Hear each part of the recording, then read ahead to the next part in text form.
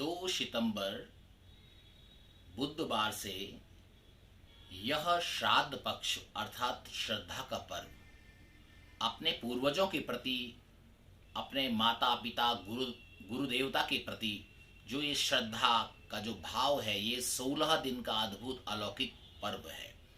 ये 2 सितंबर से प्रारंभ होकर के 17 सितंबर तक रहेगा। ये 16 दिन का अपने आप में अपने पूर्वजों की प्रति का विशेष पूर्वजों के प्रति सम्मान रखने का ये विशेष पर्व है। मैं आपको बता दूं, अपने जीवन में देव ऋण, ऋषि ऋण, मनुष्य ऋण, पितृ ऋण, ये इस प्रकार के जो ऋण हैं, उन ऋणों से मुक्त होने के लिए बहुत ही अच्छा समय है।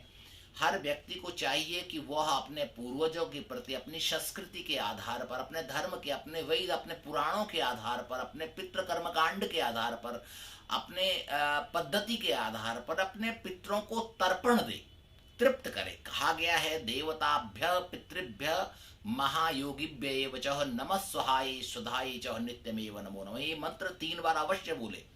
मैं आपको पुनः बता देता हूँ, देवताभ्य पितृभ्यश्च महायोगिभ्य एव च नमः स्वहाय स्वधाय च नित्यमेव नमो नमः। इस प्रकार का मंत्र बोलने से कहते हैं, अनादि निधनो देवो शंख चक्र गदाधर अव्यय पुंडरीकाक्ष पितृ मोक्ष प्रदो भव। पितरों को मोक्ष, मोक्ष का मतलब उनकी आत्मा परमात्मा की ओर जाती है और परमात्मा की चरणों में उनको सद्गति प्राप्त होती है। इसके लिए पिंडदान श्राद्ध पक्षों में करना चाहिए, नारायण बलि करनी चाहिए, श्रीमद् भागवत का आयोजन करना चाहिए। इन 15-16 दिनों में अधिकांश कोशिश करें, जो भी कार्य हो वो पूर्वजों के प्रति हो, माता पिता के प्रति हो, अपने जो भी गुरु हैं, माता पिता हैं, आपने श्रेष्ठ हैं, ज्येष्ठ हैं, उनके प्रति जो इस धरती में नहीं रहे हैं, उनके प्रति आपका सम्मान बना रहना चाहिए।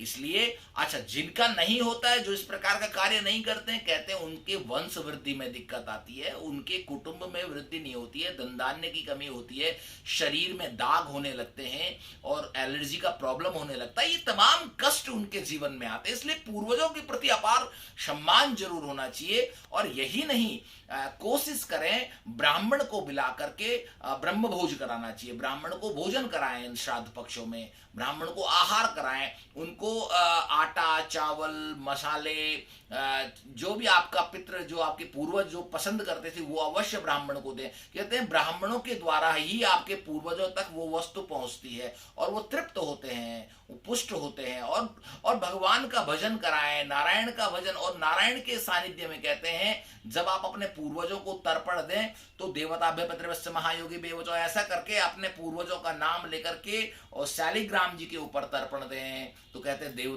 देवताओं के माध्यम से पितरों तक पहुंचता है। ब्राह्मणों को भोजन कराएं और कोशिश करें इस बीच में किसी भी प्रकार का षोडश संस्कार में से कोई कर्ण छेदन, नामकरण, कोई भी षोडश संस्कार कोई नहीं होगा, विवाह संस्कार कोई नहीं होगा, किसी प्रकार का कोई शुभ कार्य, नया कार्य, कोई मंगल कार्य नहीं हो सकता है। आप इस बीच में कोई भूमि पूजन या कोई गृह प्रवेश इस प्रकार का, इस समय श्रद्धा का पर्व है, श्राद्ध का पर्व है। ये केवल श्रद्धा पूर्वक अपने पूर्वजों के प्रति होना चाहिए, ये आप ध्यान दीजिएगा।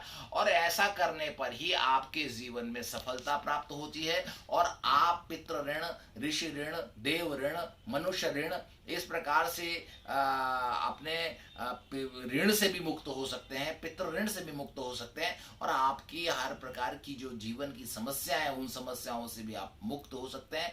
और पिंडदान अवश्य करें, तर्पण अवश्य करें और कोशिश करें जौ, तिल और कुशा, दूध, गंगा जल, और कोशिश करें कि अपने पूर्वजों की जो फोटो है, अपने माता पिता की फोटो है, उन पे तिलक लगाएं, उनके प्रति सम्मान करें, उनको अवश्य भोजन करें। हाँ, और एक विशेष चीज, गौग्रास, काकग्रास और स्वानग्रास ये अवश्य कराएं। गौग्रास, गाय, 33 कोटि देवता गाय के अंदर, कहते हैं पितृ देवता भी गाय में निवास करते हैं, इसलिए गाय को ग्रास अवश्य देना चाहिए।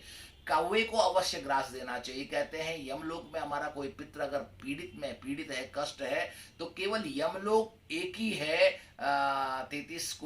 84 लाख योनियों में एक कौवा ही है जो आसानी से यमलोक जा सकता है और यमलोक से वापस भी आ सकता है। वो कौवे की योनि है। तो कौवे की कौवे को ग्रास कराने से पितृ भी मुक्त होते हैं। और दूसरा कहा गया है स्वान यानी कि कुत्ते को, स्वान को, कुत्ते को अवश्य रोटी खिलानी चाहिए, काला कुत्ता होना चाहिए, उसे अवश्य भोजन कराएं। ऐसा करने से आपके जीवन के सारे कष्ट दूर होते हैं। और किसी भूखे को इस बीच में जरूर भोजन कराना चाहिए। और अपने पूर्वजों के प्रति, अपने से बड़ों के प्रति आदर अवश्य रखना चाहिए। देवता पितृभ्यश्च महायोगी बेवच नमः स्वाहाय सुधाय नित्य भी व नमो नमः।